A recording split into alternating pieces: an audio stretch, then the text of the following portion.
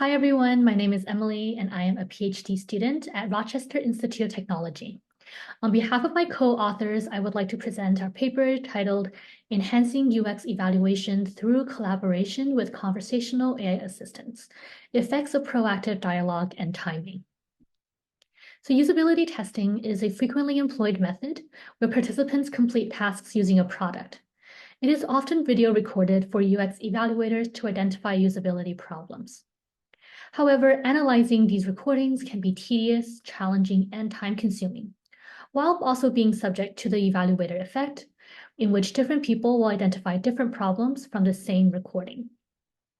So UX evaluators have been recommended to work collaboratively to increase the completeness and reliability of their analysis, but effective collaboration is often hindered by limited resources. To address this lack of human-human collaboration, there is an increasing trend of incorporating AI into the UX field. Recent work has developed human and AI collaborative tools where UX evaluators can utilize visualizations of machine learning-derived features to inform their analysis. However, these non-interactive visualizations provided information regardless of whether they were needed and fell short in addressing specific questions that UX evaluators may have about the observations. Thus, we consider that an interactive conversational assistant may provide a question and answer dynamic that presents desired information and may improve analytic efficiency. So there has been a proliferation of conversational assistants in both professional as well as personal use. And there are two main types of dialogue interactions. So the first is passive or user-directed dialogue, in which the assistant only responds to user questions. And this was examined in our prior work published at CHI 2023. The second type is proactive or system-directed dialogue, in which messages from the conversational assistant appear automatically without user initiation. So in this case, the conversational assistant is initiating this interaction with the user. So understanding the optimal timing for when these suggestions should appear is critical for user acceptance, as well as to avoid interrupting the user. So a previous study has shown that synchronous suggestions that appear at the beginning of usability problems led to improved performance as well as engagement over asynchronous suggestions that were continuously shown on a timeline. Participants also proposed an alternative timing, which was presenting suggestions after the occurrence of a usability problem, since they felt that synchronous suggestions may lead to confusion as well as confirmation bias because they didn't get the chance to independently assess that video segment first. Thus, it remains unclear which of these timing factors is best during the analysis of usability videos. So the research questions that we investigated in this project include: how does the timing of automatic suggestions impact UX evaluators' analytic performance, such as the number of problems that they can identify, as well as subjective perceptions? And our second research question was, after receiving these suggestions, how do UX evaluators respond? So do they agree, not agree? How do they reply? As well as how do they assess the quality of these suggestions? So in terms of the design, the UX assistant could provide two types of messages. So the first is, like we mentioned, automatic suggestions of usability problems. And in this project, we used ChatGPT to generate these suggestions. So at the time that we were designing the study, it was based on GPT 3.5, which was limited to text inputs. So we asked it to identify potential problems by uploading the transcripts of usability test videos. So while ChatGPT is already being used during UX research, according to recent surveys of UX researchers, as well as courses on incorporating AI in UX design, its performance with directly identifying usability problems has not been validated.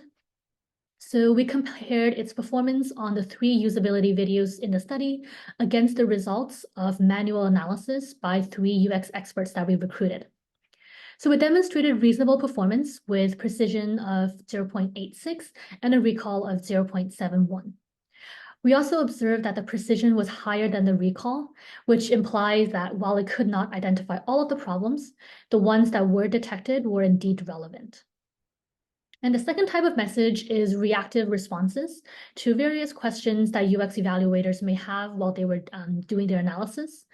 And for this, we utilized a Wizard of Oz design, where a moderator acted as the assistant and referred to the data set of candidate questions that was found in our prior work. So to investigate this timing factor, we designed 3 timing conditions: before the problem, synchronously with the problem, and after the problem.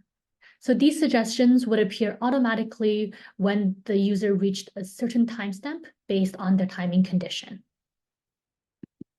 So we designed a tool, and you can see this is the user interface, and it comprises of 2 main components. So the first one is a video player where UX evaluators can review the usability test videos. The second is a chat window that displays the conversation between the UX evaluator and the conversational assistant. So all of the interactions between the evaluator and the conversational assistant occurred in this chat window. So automatic suggestions are displayed in gold, and users can click on the light bulb icon at the top to only show the suggestions.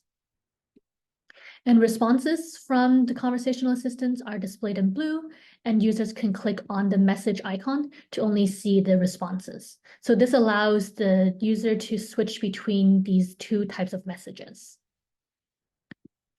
So we conducted a within subject study with 24 participants, and they self-reported having 2 to 11 years of UX experience. So in this session, participants initially received a brief introduction to the study, as well as a tutorial to the interface that we designed. Then the moderator explained the scenario and tasks in the first video, and participants engaged in their analysis. After the video, participants completed a Likert scale survey. And as a within subject study, this process was repeated for 3 videos, while the order and the timing conditions were counterbalanced between participants. And after analyzing all 3 videos, participants underwent a semi-structured interview at the end. So now I will describe the results of the study. So in terms of analytic performance, participants recorded 342 usability problems in total. So this table shows the mean and the standard deviation based on the timing condition. Although the after condition had the highest average number of identified problems of 5.3, the differences between the various conditions were not statistically significant. So this indicates that timing did not significantly influence participants' analytic performance. In terms of the subjective feedback, the before condition was most preferred by 8% of participants, who mentioned that they served as warnings to pay attention to upcoming video segments. However, for some participants, it led to confusion and bias, like P5, who mentioned that they wanted to develop their own understanding first before seeing the suggestion. The synchronous condition was preferred by 33% of participants, who felt that they detected the issues around the same time. So it really felt like a smooth experience with the conversational assistant. On the other hand, these suggestions also competed for attention, with P18 mentioning that they were more focused on reading the suggestion instead of watching the video itself. So the after condition was preferred by 58% of the participants, who mentioned that it served as a validation of their own analysis. It was also most similar to their current processes, and it also led to improved efficiency since they could directly use the wording of the suggestion to make their own notes. However, a few participants did mention that the suggestion sometimes occurred too late for them. So this figure shows the survey results for efficiency, trust, and preference, and we found that all 3 were significantly higher in the after condition. And this corroborates with a bunch of the subjective feedback in the interview. So after receiving the automatic suggestions, participants presented 4 distinct types of responses: agreement, correction, clarification, and disagreement or disregard. So especially for correction, they would write a message back to the assistant explaining why they felt like the suggestion wasn't completely accurate. And for clarification, they usually asked a follow-up question about why the assistant felt like that was a usability problem. In terms of the assessment of usability problem suggestions, participants agreed with 77.6% of all of the suggestions that were shown. In the after condition, participants agreed with 88.1 compared to 72.9 and 71.9 in the other conditions. The after condition demonstrated significantly higher agreement compared to both the before and the synchronous conditions. So this indicates that participants were more inclined to agree with the suggestion after they had also observed that corresponding video segment and developed their own understanding first. In total, 24 participants identified 34 unique problems across the 3 videos, while ChatGPT identified 14 from the transcript. So this indicates that 20 problems would have been missed if we only relied on ChatGPT. However, its performance was on par with the average number of problems identified by individual participants. We also looked at the categories of issues that were missed by ChatGPT, and they included user interface issues, interaction-based issues, mismatch of user expectations, navigation issues, as well as inefficient designs. So these categories of problems either relied on information that was only available in the video recordings or demanded a more holistic understanding of the user's mental model and best design practices. And these aspects were things that ChatGPT either did not have access to or could not infer. So based on our results, we discussed some implications for future design. Based on our study, we found a clear preference for the after condition, but the ideal delayed duration may not be universally applicable, as some participants mentioned that it appeared too late. So prior research has emphasized that a higher level of personalization will enhance the user experience and adoption of conversational assistants. So there is an opportunity to customize the timing of suggestions for each UX evaluator. So for example, future tools could incorporate a slider that allows UX evaluators to adjust that delayed duration, which would enable them to determine the most efficient workflow based on their own preferences. In this study, we simulated a conversational assistant that could provide usability problem suggestions by uploading the transcripts of usability test videos to ChatGPT. However, there were many limitations to our approach, and participants in our study expressed that the list of usability problem suggestions was not comprehensive. And this corroborates with recent research showing that the primary concern with using AI is the potential for inaccurate or incomplete analysis. In another study, UX designers reported less engagement and lower ownership after collaborating with ChatGPT.